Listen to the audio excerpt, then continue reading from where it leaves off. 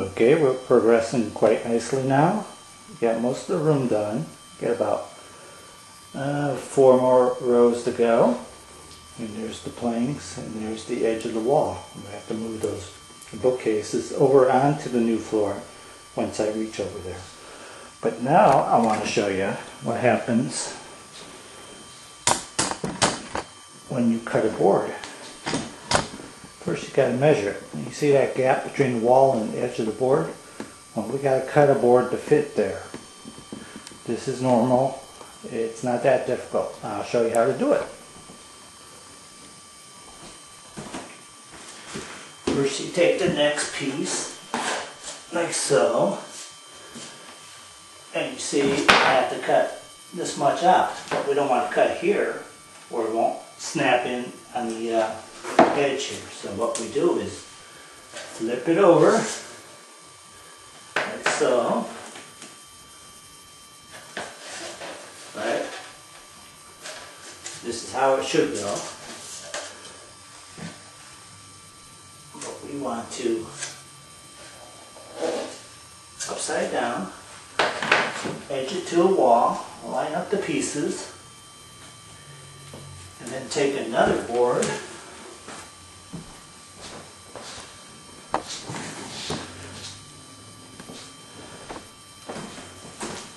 and lay it over the last good board, like so.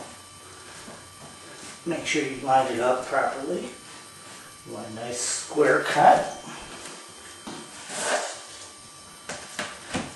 like so. Line it with the edge of the board. Make sure it's straight. Measurement is key. This way you don't have to measure, you just have to use the old boards. Take a Sharpie, mark it, remove the board, and that is your cut. You see, it should match. Turn it over and head for the cutting area. Now you want to cut these boards upside down so you won't chip the design on the back or in the front. I got a nice cordless circular saw and I line it up with the line we just made and cut.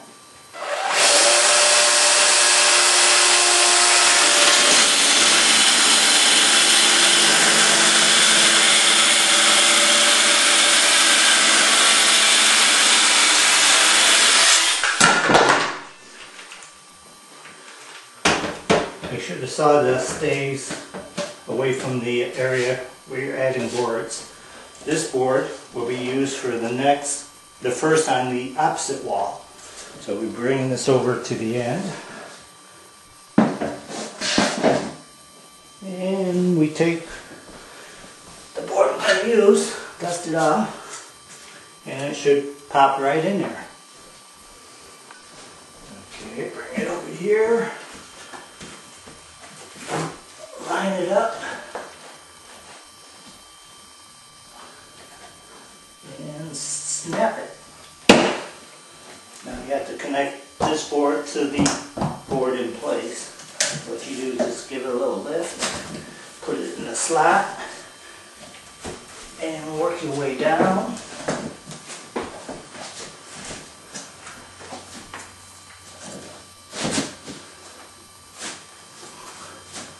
So,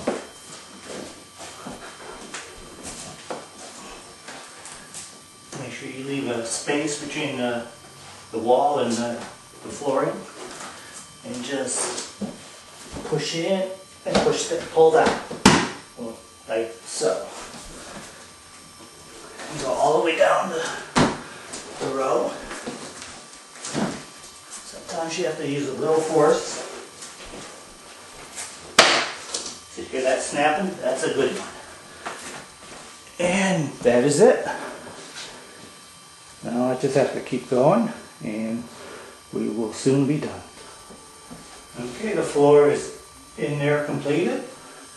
As you know, this is a floating floor, So you must have at least a 1/4 inch gap between the wall and the floor. And to hide that gap, we have this little trim 1/4 round piece that fits in there and just nail it to the wall, and it looks pretty good. And I'll finish that up and then I'll show you the rest. Here's the complete project, all done. And it took about 2 days, working about, I don't know, 3 or 4 hours each day. Let's test the floor, shall we?